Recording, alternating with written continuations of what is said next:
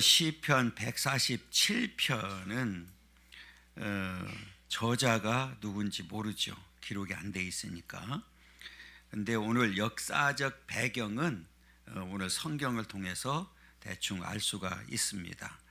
그 2절에 보면 여호와께서 예루살렘을 세우시며 이스라엘의 흩어진 자들을 모으시며 이렇게 말씀하고 있고, 또 13절에 보면 그가 내 문빗장을 견고히 하시고 내 가운데에 있는 너의 자녀들에게 복을 주셨으며 이렇게 얘기를 합니다. 오늘 이 역사적인 배경은 우리가 잘 아는 대로 이제 남북으로 갈라져 있다가 북이스라엘이 먼저 망하게 되죠. 아수르한테. 그리고 남쪽 유다마저 바벨론에 망하게 됩니다. 그래서 바벨론 포로로 끌려가게 되죠. 그리고 이제 예루살렘은 황폐화되어 버립니다. 그동안에 이스라엘 백성들이 섬겼던 성전까지 다 파괴되는 이제 그런 일이 생겼죠. 그리고 이제 나머지 사람들은 이방인들이 들어와서 이제 땅을 예루살렘 땅을 이스라엘 땅을 이제 남쪽 유다를 지배하는 그런 일이 생겼고, 그리고 그들과 이제 결혼하면서 이렇게 이제 혼혈들이 생기고 혼합 종교가 생기는, 그러니까 이게 철저하게 아주 짓밟혀 버리는 이제 그런 역사가 있게 되었습니다. 이렇게 그들이 하나님을 버리고 우상 숭배하다가 이제 비참한 이제 상황을 맞이하게 됐는데, 에스라서와 느헤미야서를 보게 되면 이제 하나님께서 때가 되었을 때 흩어져 있던, 오늘 말씀처럼 이렇게 바벨론에서 망해서 바벨론뿐만 아니라 다른 땅으로 흩어졌던 자들이 다시 돌아오는 그런 역사가 있게 되었습니다. 흩어졌던 자리에 돌아와서 이제 했던 일들 가운데 하나가 무너졌던 성벽 그리고 성전을 재건하는 그런 일이었습니다. 그런데 그게 쉽게 되지를 않아요. 그러니까 방해하는 세력이 너무 많았고, 그 다음에 포로로 끌려가서 있다가 거기에서 70년 이상 정착하고 살다가 다시 돌아온 사람들에게 무슨 이 능력이 있겠어요? 무슨 군대가 있었겠어요? 무슨 어떤 돈이 많이 있겠어요? 그렇잖아요. 거기가 있었던 터를 잡고 있던 모든 집이라든지 모든 것들을 다 또 놓고 와야 되는 이제 그런 상황이었기 때문에 경제적으로도 어렵고 또 군사적으로도 열악한 그런 상태. 그래서 이렇게 성전을 건축하고 성벽을 재건하는 데 있어서 굉장히 어려움이 많이 있었습니다. 수없이 이렇게 방해 공작을 하고, 그래서 또 조금 이렇게 건축하면 다 이제 무너뜨려 버리고 하는 이 계속되는 이제 반복이 있었습니다.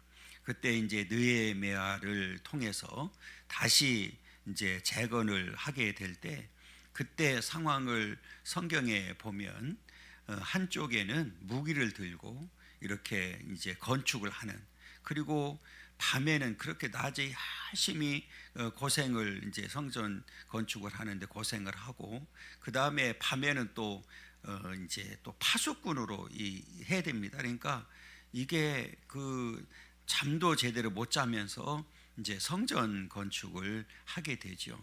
드디어 그렇게 수많은 방해 공작과 이제 무너뜨리는 그런 상황 속에서 느헤미야 선지자가 완공을 하게 됩니다. 그래서 그 완공을 하고 났을 때 한번 상상을 해보세요. 엄청난 이게 방해가 있었고, 또 수많은 애침도 있었고, 이렇게 조금 지면 허물어뜨리고 이렇게 방해하는 그런 가운데에서 성전이 완공이 되고, 그 다음에 그 성벽이 완공이 되었을 때 이들의 감격은 우리가 상상을 초월하는 그런 일이거든요. 우리도 교회를 건축해 봤잖아요. 건축할 때 많은 어떤 어려움들이 있었습니다. 저를 향해서 비난도 하고, 목사가 돈 다 떼먹어서 공사도 못하고 있다고 이렇게까지 들었었는데, 그게 얼마나, 한번 상상을 해보세요. 그들이 그렇게 성전을 완공하고 하나님을 찬양하는, 그래서 1절부터 6절까지는 그 내용이에요. 그러니까 하나님께서 이렇게 이제 다시 회복시켜 주시고 또 성전을 완성하도록 만들어 주신 그 하나님의 은혜를 기억하면서 찬양하고 감사하고 하나님께 영광 돌려드리는 그런 내용을 지금 이제 그 설명을 하고 있는 그런 내용입니다. 그래서 우리가 이 1절에 보면 할렐루야 우리 하나님을 찬양하는 일이 선함이요 찬송하는 일이 아름답고 뭐하다고요? 마땅하다. 이게 하나님을 찬송하는 일이 마땅하다. 그것이 아름다운 일이고 마땅하다. 여러분, 이게 지금 그냥 그 찬양이 아니라 제가 지금 설명을 드렸잖아요. 그 수많은 어려움 가운데, 우여곡절 가운데 성전이 완성이 되고 그 안에 들어가서 완성된 성전에 들어가서 그 예배 드릴 때, 물론 처음에 그 이제 예루살렘의 성전이 바벨론 포로 생활 그 끌려가기 전에 성전과는 비교할 수 없는, 사실은 더 이제 축소되고 작은 성전이었지만 그럼에도 불구하고 이게 성전이 이제 건축이 되어서 그 안에서 예배드리는, 한번 상상을 해보세요. 그리고 포로로 끌려간 다음에 이들이 하나님 앞에 예배드리고 싶어도 마음대로 예배드릴 수가 없었고 그 수많은 이게 갈급함이 있었거든요. 그렇게 갈급함이 있었던 사람들이 돌아와서 그렇게 어려운 가운데 성전을 건축하고 그 안에 들어가서 하나님을 지금 마음 놓고 찬양하고 예배하고 영광 돌리는 그 감격을 한번 생각을 해보세요. 그냥 이게 단순히 우리가 지금 찬양하는 것이 마땅하다, 이게 이 정도가 아니에요. 이 사람들에게는 지금 정말 팔짝팔짝 뛰어도 시원찮은 그런 상황이 지금 벌어진 거예요. 너무 감격하는 거예요. 여러분, 우리가 한번 생각을 해보세요. 지금 일제 36년 우리가 이제 당했잖아요. 그때 우리가 마음 놓고 할 수 있는 것이 있었습니까? 없었잖아요. 더더군다나 지금 포로로 끌려갔는데 이 사람들이 어디서 모여서 예배 드릴 수가 있어요? 어디서 무슨 찬양할 수가 있어요? 뭘 할 수가 있어요? 아무것도. 지금은 그 성전이 있을 때, 그때는 막 그냥 하나님을 멀리하고 우상 숭배하고 했던 자들이 그 포로로 보낸 목적이 어디 있습니까? 하나님께서 그들이 깨닫고 돌아오기를 원했던 거예요. 그 70년 세월에 그들이 깨닫고 돌아오기를 원했거든요. 그러니까 거기 가서 보니까 그때 우리가 성전에서, 그 화려한 성전에서 마음 놓고 예배드리고 마음 놓고 찬양하고 마음 놓고 하나님을 섬기는 일이 얼마나 복된 일인지를 드디어 깨닫게 된 거예요. 그리고 나서 이제 성전이 그렇게 우여곡절 끝에 건축이 되고 그 안에 들어가서 이 성전에서 마음 놓고 예배드리고 마음 놓고 찬양하는 그 상황이 되었을 때 이들이 얼마나 감격했겠어 하면 생각을 해보세요. 그러니까 지금 이거는 이들이 이 하나님 여호와를 찬송하는 일이 아름답고 마땅하다고 하는 이 일은 이게 상상을 초월하는 거예요. 우리가 이 성경을 잘 이 역사적인 배경과 이 엮어가지고 이게 묵상을 해보면 기가 막힌 겁니다. 한번 생각을 해보세요. 그렇게 핍박을 당하던 자들이 이제 돌아와가지고 우여곡절 끝에 성전을 건축하고 마음 놓고 하나님 앞에 예배할 수 있고 마음 놓고 하나님 앞에 찬양하고 영광 돌릴 수 있다고 하는 그 사실이 얼마나 감사했겠어요.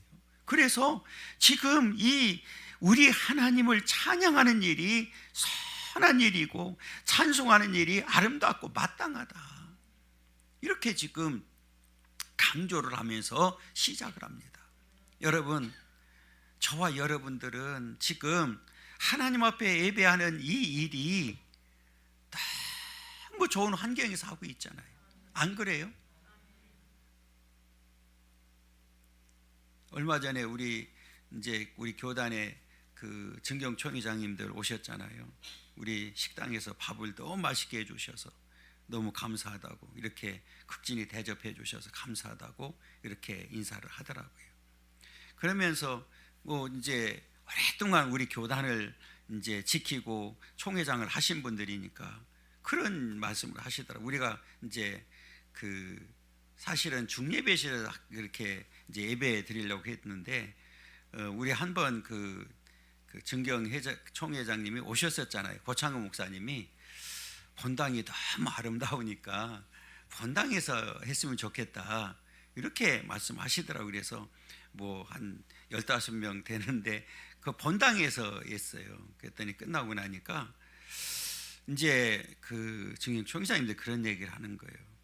우리 교단에서 이렇게 이 아름답게 그 이제 건축이 되고 이렇게 이 성전, 이 본당도 이렇게 아름다운 본당이 과연 몇 개나 있을까 이렇게 이제 말씀하시더라고요.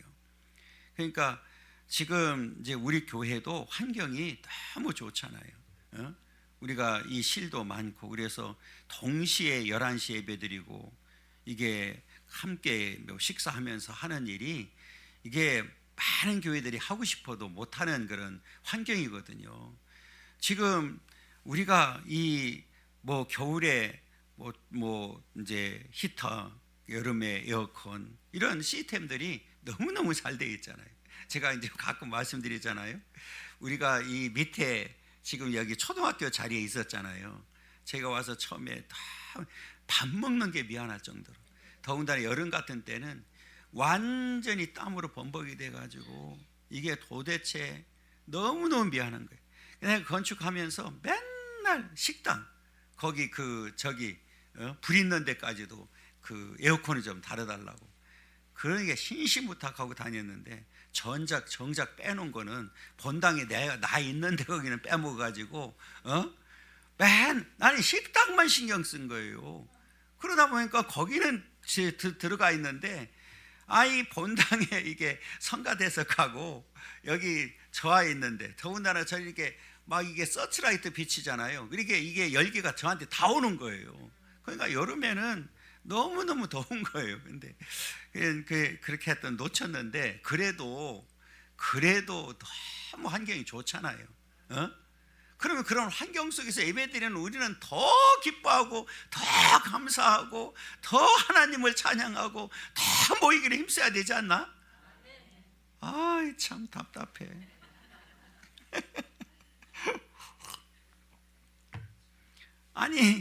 아니 도덕파크 코앞에 있는 사람들도 안 와. 여기 빨리서 오시는 분 있잖아. 저기 참 가서 주워 팰 수도 없고. 그래서 이게 너무 감격하는 거예요. 지금 그냥 우리가 뭐 찬양 이런 정도가 아니에요. 그러면서 왜 그렇게 해야 되느냐? 자 보세요. 2절에 여호와께서 예루살렘을 세우시며 이스라엘의 흩어진 자들을 모으셨다. 누가 하신 거예요? 하나님이. 우리 사실은 이 처음에 바벨론 포로로 끌려가고 성전이 다 파괴되고 예루살렘 성이 파괴되고 황폐됐을 때는 모든 사람들이 다 끝났다고 생각한 거예요. 그런데 하나님께서 그들을 흩어졌던 자들을 다 모으시고 돌아오게 만들었어요. 그리고 오늘 말씀처럼 예루살렘을 다시 회복하고 세우시고 그 다음에 성전이 건축이 되어서 이들이 그 성전을 중심으로 해서 다시 하나님을 섬길 수 있는 기회가 주어진 거예요. 그러니까 하나님께서는 이들을 완전히 멸망시킬 수가 없었어요. 왜요? 선민이었거든요. 그러니까 그들이 깨닫고 돌아오기를 원하셨던 거예요. 실제로 그렇게 됐어요. 역사적으로 보면. 그러면서 하나님은 어떤 분이냐? 여러분 그 포로로 끌려가서 70년 동안 있는 동안에 이들이 얼마나 고통이 컸겠어요. 그렇잖아요. 그런데 우리 하나님은 어떤 하나님이냐? 이제 답을 줘요. 3절 보면 상심한 자들을 고치시며 그들의 상처를 싸매시는도다. 이제는 그들이 흩어져서 고통 가운데 있던 자들이 하나님의 은혜로 돌아올 때는 다 치유가 되는 역사. 그렇잖아요. 그래서 이제 상심한 자들을 고치시며 그들의 상처를 싸매시는도다. 그게 어떻게 가능하냐? 우리 하나님은 천지를 창조하신 분이고 우리를 너무 잘하시는 분이에요. 여러분, 하늘의 별이 몇 개일까요? 이 세상에 아는 사람이 있어요? 그런데 우리 하나님은 다 하신대요. 그리고 그 별들마다 다 이름을 붙여놓고 그 다음에 다 알고 계신대. 얘기는 뭐예요? 지금 이 시인이 뭐를 말하고 싶은 거예요? 그 하나님은 우리를 사랑하고 우리를 아는데 너무 잘 알고 계신다는 거예요. 그걸 표현하고 싶은 거예요. 그게 4절에서. 자, 보세요. 4절. 그가 별들의 수요를 세시고 그것들을 다 이름대로 부르시는도다. 그가 별들의 수요를 세시고 그것들을 다 이름대로 부르신다. 하나님은 다 알고 계십니다. 일일이 그 이름도 다 지어주시고 다 기억하시고 다 알고 계신다는 거예요. 이 얘기는 뭐예요? 자, 우리 세계적으로 인구가 지금 75억이라고 얘기하거든요. 75. 그러면 지금 하늘에 별이 많을까요? 우리 이 땅에 사람이 많을까요? 별하고는 될 수가 없죠. 그죠? 별이 너무너무 더 많은 거죠.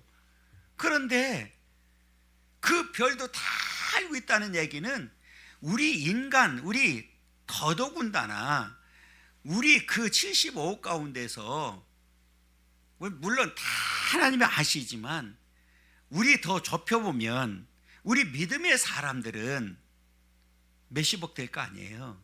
그죠?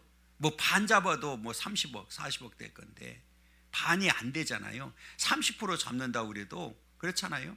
그러면 그 사람을 다 알까요? 모를까요? 다 알고 계신다는 거예요. 하나님은 우리를 너무너무 잘 알고 계신 이 하나님의 사랑이 얼마나 큰지를 우리에게 이제 보여주고 있는데요. 자, 우리 요 대목에서 한번 성경을 스바냐서 한번 찾아보겠습니다. 자, 스바냐 3장 17절 1310쪽 1310쪽입니다. 스바냐 3장 17절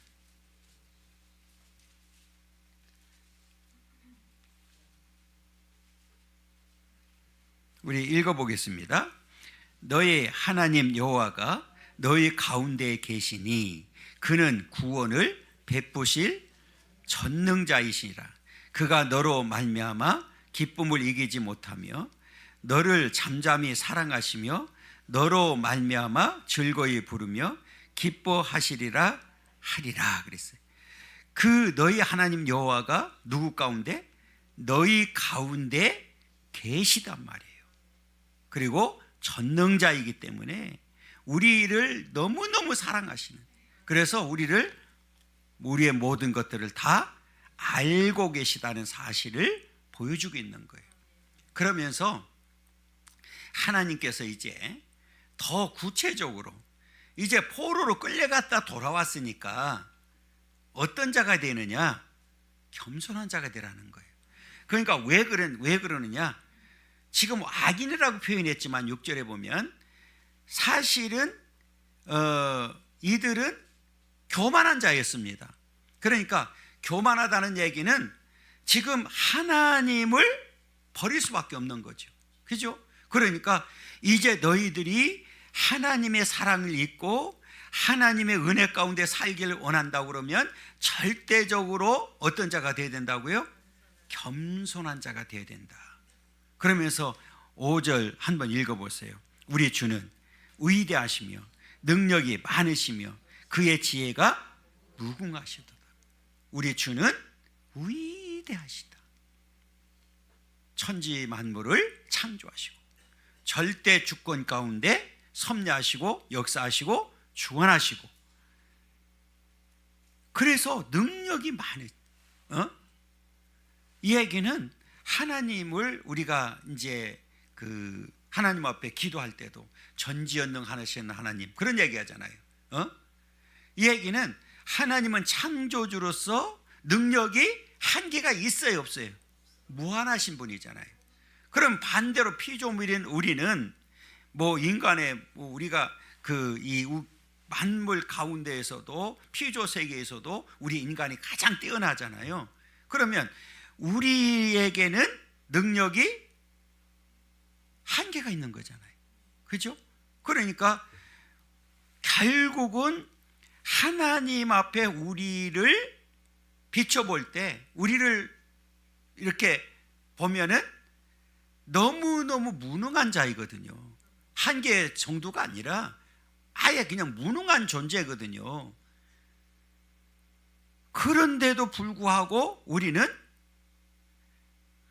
때로는 어떤 삶을 살아요? 교만한 삶을 산다는 거예요. 이걸 지금 경계하는 거예요. 왜 이 남쪽 유다까지 결국은 포로로 끌려가고 비참하게 됐느냐? 교만해진 거예요. 하나님이 없어도 된다는 거잖아요. 그래서 망한 거잖아요. 그러면 다시 회복해서 돌아왔을 때 가장 중요한 게 뭘까요? 우리가 이제 과거에 예수님을 만나기 전에는 우리도 그렇게 교만하고 세상을 향해서 가던 자들인데, 이제 예수님을 만나고 나니까 우리 하나님은 위대하시고 능력이 많으시고 지혜가 아주 많으신 분인데, 우리가 가지고 있는 능력, 지혜, 이거는 아무것도 아니. 하나님 편에서 볼 때는 애들이 그러잖아요. 세 발의 피라고. 아무것도 아니란 말이에요. 그런데 우리 인간은 조그만 거, 다른 사람보다 뭔가를 내가 더 좀 특별한 게 있다고 하면은 그것 때문에 뭐해져요? 교만해지는 거예요. 이걸 경계하는 거예요, 지금.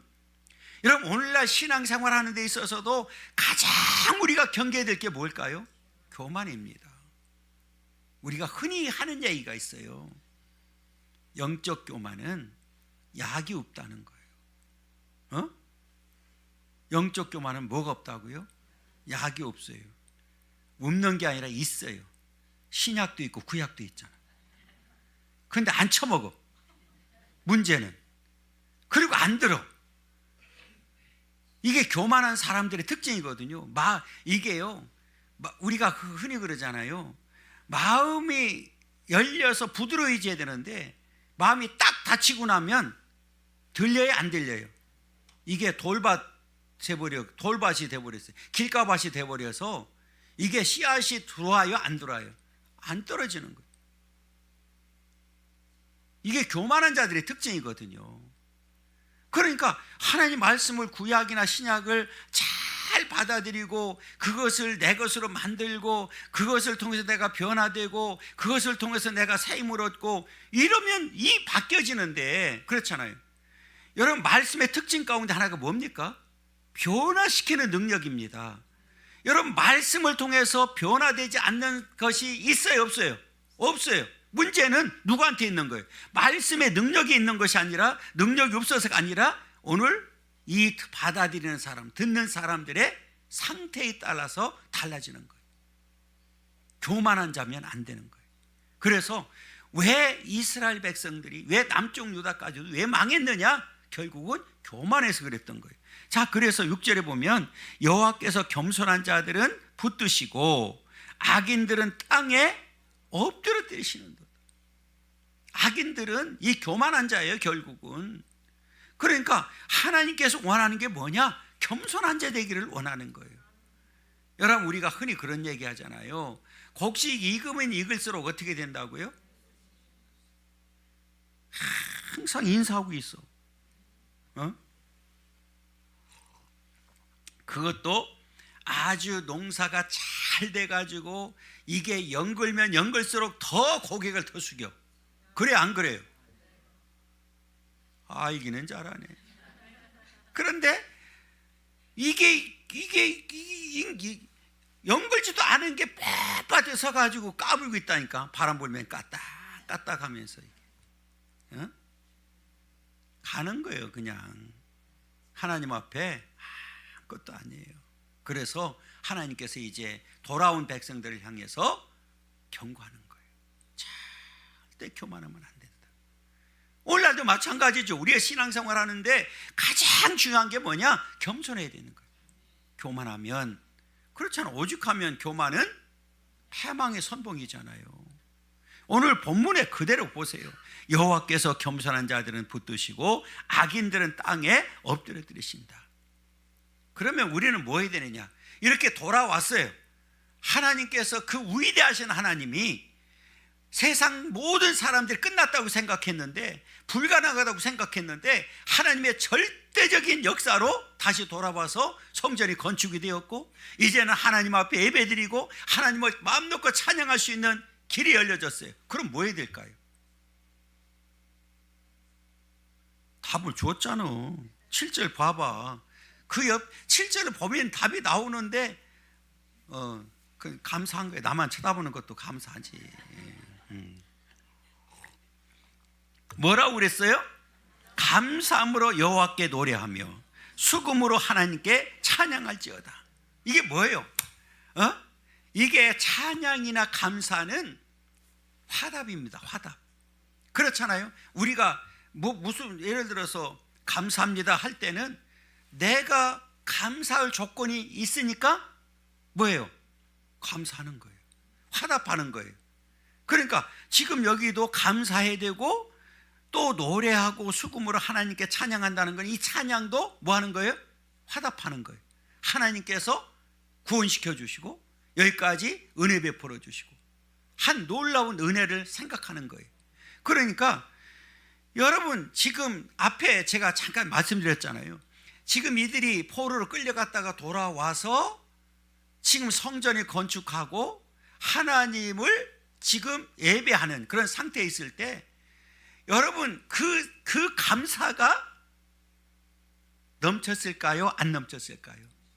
감사가 그냥 우리가 내가 잠깐 무슨 도움을 받고 했을 때 그냥 우리가 감사합니다, 이 정도의 감사는 이게 감사가 아니죠. 사실은 이 하나님 앞에 이 감사는 정말 넘치는 감사예요. 그리고 이 수금으로 하나님께 찬양하라는 얘기는 모든 악기를 동원해서 하나님을 뭐 하라는 거예요? 찬양하라는 거예요. 이 얘기는 뭐예요? 정말 감사할 때 그냥 넘치는 감사해야 되고, 찬양할 때도 모든 악기를 동원해서 여호와를 찬양하라는 거예요. 형식적으로 하지 말라는 거죠. 왜 이스라엘이 왜 망했어요? 형식에 치우치다 망한 거예요. 형식에. 그러니까 망하는 길을 선택할 수밖에 없었던 거죠. 그러면 이제는 너희들이 절대적인 하나님의 은혜 가운데 복된 삶을 살려고 하면 이제는 넘치는 감사가 있어야 되고 모든 악기를 동원해서 여호와를 찬송하라는 거예요. 정말 우리가 하나님의 은혜가 너무 크고 그것을 우리가 기억한다고 하면 하나님 앞에 감사가 적당히 가면 감사 아니잖아요. 그죠? 넘치는 감사할 수밖에 없잖아요. 그리고 우리는 모든 악기를 동원해서 여호와를 찬양하고 영광 돌리게 됩니다. 그러면서 8절 보면 그가 구름으로 하늘을 덮으시며 땅을 위하여 비를 준비하시며 산의 풀이 자라게 하시며, 이게 뭐예요? 뒤에 보면 들짐승과 우는 새끼, 까마귀 새끼에게 먹을 것 주시는도다. 하나님께서는 우리 지금 이스라엘 백성들 뿐만 아니라 지금 우주 만물 모든 것들이 하나님의 그 은혜와 사랑으로 자라는 거예요. 여러분, 그 하늘의 구름으로 하늘을 덮고 땅을 위하여 비를 주지 않으면 산의 풀이 자랄 수가 있을까요? 없어요. 그러니까 이 얘기는 뭐예요? 하나님께서는 풀 한 포기까지도 다 자라게 하시는 분. 그리고 까마귀 새끼까지도 먹을 것을 주시는 분. 필요한 것을 다 준비하시고 공급하시는 분이라는 사실을 가르쳐 주는 거예요. 그러면 여러분 보세요. 여기서 저자가 말하고 싶은 게 뭘까요? 아니, 이 자연 세계도 하나님께서 비를 주셔야 되고, 또 이 그 풀 한 포기도 그래야 자라고, 까마귀 새끼 한 마리라도 하나님께서 먹을 것을 줘야 이들이 사는데, 하물며 선민이었던 이스라엘 백성들은 말할 것이 있느냐 그 말이에요. 그럼 오늘날로 말하면 이제 영적 이스라엘이잖아요. 저와 여러분들은 이제 각자 한 사람 한 사람 선택해서 불러주셨어요. 이제는 영적 이스라엘이 됐단 말이에요. 그러면 내가 하나님 앞에 겸손하게 앞에 말씀드렸던 대로 늘 감사하고 늘 넘치는 찬양으로 모든 이 정말 감격하는 그런 그 감사함으로 하나님 앞에 나간다고 하면 하나님께서 우리를 지키고 보호하시고 인도하시고 우리의 필요를 채워주시는 것은 말할 것도 없다 그 말이에요. 이게 풀 한 포기, 까마귀 새끼 한 마리, 가장 작은 것들을 지금 표현하고 있잖아요. 우리가 하찮게 여기는 풀 한 포기도, 우리가 하찮게 여기는 까마귀 새끼도 하나님이 다 먹을 걸 주고 물을 주어서 그것들이 크도록 만들어주는 것처럼 이제 너희들은 선민이지 않느냐, 내가 너희들을 얼마나 사랑하는지 알고 있느냐. 그러니 이제는 어떤 경우라도 교만하지 말고 하나님 앞에 늘 넘치는 감사하고, 이제는 이게 찬양으로 하나님 앞에 영광 돌리라는 거예요. 그래서 앞에 1절에 그것이 마땅하다고 시인이 시작한 거예요. 여러분, 마땅하다는 얘기는 뭐예요? 반드시 해야 된다 그 얘기잖아요. 이건 해도 되고 안 해도 되는 것이 아니라 하나님의 은혜를 아는 사람이라고 하면 마땅히 해야 된다. 그러면 지금 여기서 풀 한 포기도 까마귀 새끼도 결국은 뭐예요? 하나님을 찬양하고 있는 거예요. 이 피조 모든 세계가 하나님의 은혜를, 그 사랑을 기억하고 있는 거예요. 그러면 이제 영적 이스라엘 된 저와 여러분들은 말할 것이 있어요, 없어요? 없어. 그냥 이제는 저와 여러분들의 삶이 늘 넘치는 감사, 그리고 그 넘치는 찬송으로 하나님께 영광 돌리는 삶을 살아야 된다는 거예요. 이제 이 삶이 바로 저와 여러분들의 삶이 되기를 간절히 소망합니다. 이게 하나님께서 원하는 뜻이에요. 그러면서 여호와는 말에 힘이 세다 하여 기뻐하지 아니하시며 사람의 다리가 억세다 하여 기뻐하지 아니하시다. 이 억세다는 말은 힘을 말하는 거예요. 그러니까 왜 사람들이 왜 망하느냐? 여기 교만한 거예요. 여러분, 전쟁에서 중요한 게 그 당시에는 뭐예요? 타고 다니는 말이잖아요. 말. 이 말의 힘이 세다 하니까 말을 의지하고, 그 다음에 나도 힘이 세다 이 얘기예요. 사람의 다리가 억세다는 얘기는 이게 힘이 세다는 얘기예요. 그러니까 이들은 결국은 말을 의지하고 자기 자신을 믿는 거예요. 그러니까 이 사람들의 특징은 뭐예요? 야, 우리 말이 많아, 우리 건강한 군사들이 많아. 그러면 뭐 할 수밖에 없어요? 교만해지는 거예요. 망하는 길로 가는 거예요.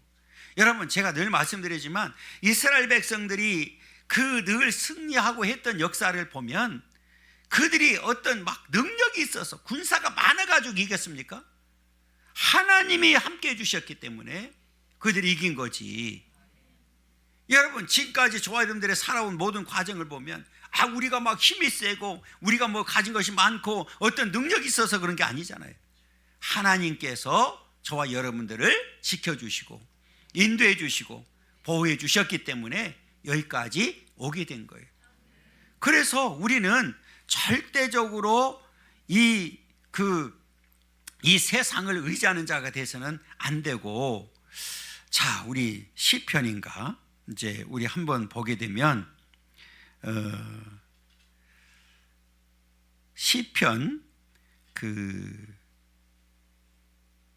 20편 17절 한번 보겠습니다. 20편 7절. 예. 7절. 816쪽 시편 20편 7절 함께 읽겠습니다. 어떤 사람은 병거, 어떤 사람은 말을 의지하나 우리는 여호와 우리 하나님의 이름을 자랑하리로다.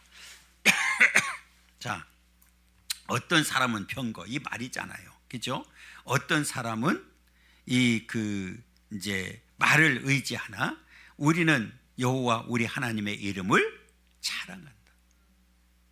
그러니까 오늘 이 10절에 보면 지금 세상에 어떤 세상 의지하는 거예요. 말의 힘이 세다 하여 기뻐하지 아니하시며 사람의 다리가 억세다 하여 기뻐하지 않는다. 이거는 하나님을 의지하지 않고 세상을 의지하는 자는 하나님이 절대로 기뻐하지 않는다는 사실을 우리에게 보여주고 있는 거예요. 그래서 우리는 이제 앞으로 어떤 경우라도 교만하지 아니하고 절대적으로 하나님을 의지하고 하나님 앞에 겸손하게 나가게 되면 하나님께서 저와 여러분들에게 힘을 주시고 능력을 주셔서 날마다 승리하도록 역사하신다. 그래서 이 11절에 보면 여호와는 자기를 경외하는 자들과 그의 인자하심을 바라는 자들을 기뻐하신다. 그죠? 자, 앞에 10절에서는 기뻐하지 아니하신다는 단어를 2번 썼어요. 그죠? 오늘 말을 의지하는 자들, 또 자기 자신을 의지하는 자들은 하나님이 기뻐하지 않는다. 그러나 여호와를 경외하는 자들과 그의 인자하심을 바라는 자들을 기뻐한다. 이제 여호와 하나님을 경외하는 자들, 그의 인자하심이 뭡니까? 하나님의 사랑, 은혜, 긍휼, 모든 걸 다 포함하는 거예요. 그러니까 지금 하나님을 전적으로 의지하는 자들을 기뻐하신다는 거예요. 그러니까 답이 주어졌잖아요. 그러면 당시에 포로로 끌려갈 수밖에 없었던 이유가 뭐냐? 여기 답이 주었어요. 교만했어요. 그래서 오늘 하나님을 의지하고 하나님을 경외하기보다는 세상을 의지하고 세상을 짝하다가 결국은 오늘 포로로 끌려갈 수밖에 없었어요. 그런데 이제는 하나님의 절대적인 은혜로 다시 돌아왔으니, 그리고 성전까지 건축이 되었으니 어떤 경우라도 교만하지 않기를 원하고 하나님의 은혜를 기억하면서 늘 감사하고 오늘 하나님을 찬양하는 일이 마땅하다. 하나님이 기뻐하는 일을 해야 된다. 그 하나님이 기뻐하는 일이 뭐냐? 여호와만 경외하고 여호와만 의지하고 여호와만 사랑하고, 그래서 하나님의 은혜 없이는, 하나님의 사랑이 없이는 살 수 없다는 사실을 고백하는 자들을 하나님께서는 기뻐한다는 거예요. 오늘 우리는 하나님 앞에 이렇게 기뻐하는 자들, 우리 각자를 하나님 앞에 하나님이 보셨을 때 뭐 하는 자가 되어야 된다고요? 기뻐하는 자가. 그렇잖아요. 우리가 살아가면서도 그렇잖아요. 하나님의 교회에서도 그렇잖아요. 보면 좋은 사람이 있잖아요. 기뻐하는 사람들이 있잖아요. 그러니까 하나님도 보면은 하나님을 사랑하고 하나님을 의지하고 하나님을 경외하고, 그러면 늘 이 사람들은 누구 앞에 있어요? 하나님 앞에 있잖아요. 늘 보이잖아요. 그리고 누가 그러대 알짱거린다고. 아니 늘 알짱거리고 보이면 좋잖아. 그러면 그 사람들을 사랑하고 기뻐하는 일은 당연한 거 아니에요? 그렇잖아요. 그런데 그냥 매일 와야 됩니다, 뭐 해야 됩니다 하는 사람들은 그거 기뻐할 수가 없어요. 미안하지만 그렇잖아요. 어쩔 수 없는 거예요. 아니 자식들도 매년 한 번씩 오는 자식이 이뻐요? 아니면 누가 이뻐요? 알짱거리는 자식이 이쁘잖아. 그런데 또 어른들은 또 반대도 있더만. 내가 가끔 얘기하지만 어찌됐든지 자식들 중에 모시고 있는 이 자녀들이 뭐예요? 최고지. 그런데 같이 있다 보면, 세 사람이 같이 있다 보면 갈등이 있어 없어? 있어. 그러면 뭐처럼 한 번 와가지고 용돈 조금 주고, 그러면 거기다 또 다 고자질하고, 또 그게 또 전부라고, 또 뭐 쌈박질하고. 아이고, 그러지 말어. 우리 대한민국이 자살률이 많잖아요. 이게 통계적으로. 그래도 광명시가 경기도 31개 시군에서 몇 년 전만 해도 자살률이 제일 낮은 시였어요. 저도 이제 자살 예방센터에 있었으니까. 그런데 굉장히 높아졌어요 지금. 그 이유가 뭔지 지금 이게 그래도 우리가 아주 밑에 떨어진 건 아닌데, 우리가 항상 그렇게 낮다가 높아지니까 조금 이제 문제가 되는데, 사실은 어르신들 자살률이 굉장히 많습니다. 자살하면 안 돼요.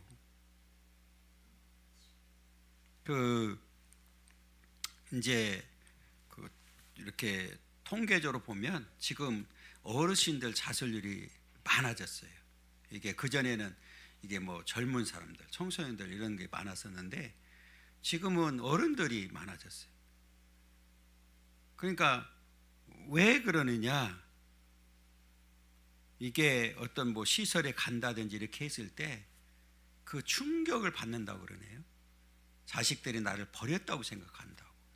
그런 것들이 굉장히 크고, 지금 이제 우리 나라에서도 혼자 계시는 분들이 많잖아요. 지금 고독사, 이제 우리 광명시에도 그런 시스템이 잘 갖춰져 있습니다.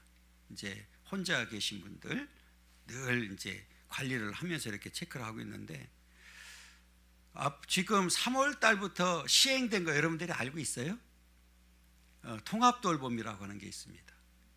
그게 이제 이렇게 궁극적으로 우리가 하려고 하는 거는, 집에서, 내가 사는 집에서 이제 돌아가시는, 그래서 호스피스까지 지금 하려고 지금 계획을 하고 있습니다. 그래서 이게 지금 시범적으로 제일 잘하고 있는 데가 광주, 전라도 광주 서구입니다. 그래서 이 공공영으로 해서 거기는 지금 호스피스까지 하고 있고요. 지금 우리 시에도 시작을 했고요. 그래서 이제 특히 병원에 입원했다가 퇴원하신 분들 있잖아요. 이제 혼자 계시면서 내가 밥 해먹기 힘들고 어려운 분들은 복지정책과에 신청을 하면 지금 5월 달에 수리하는 집이 지금 생기는데요. 그게 뭐냐면, 안전주택 아파트에 2개를 지금 개조를 해서 퇴원하면, 이제 그런 게 있잖아요. 내가 다리가 아파가지고 휠체어 타고 있는데, 예를 들어 연립주택에 산다. 그러면 뭐가 없어요? 엘리베이터가 없으니까 이동을 못 하잖아요. 그러면 그런 분들을 3개월 정도까지 거기에서 기거를 하게 만들어 드리거든요. 그러면 이제 요양보호사가 거기 이제 낮에는 계셔서 있으면서 보호해주고 밥도 해주고 이렇게 해서 그 이분이 움직일 수 있을 때 집으로 자기 집으로 가도록 만들어주고, 그다음에 이제 뭐 팔 부러지고 그랬는데 밥을 해 먹기 힘들잖아요. 그러면 그런 분들도 이제 3개월 이렇게 처음에는 3개월까지 할 수 있도록 이렇게 지금 이제 5월 달에 이제 개조를 이제 전체적으로 수리를 좀 해서 시작을 합니다. 그래서 이거는 이제 등급 받은 사람들은 아마 거의 무료일 거고요. 이제 일반인들도 가능합니다.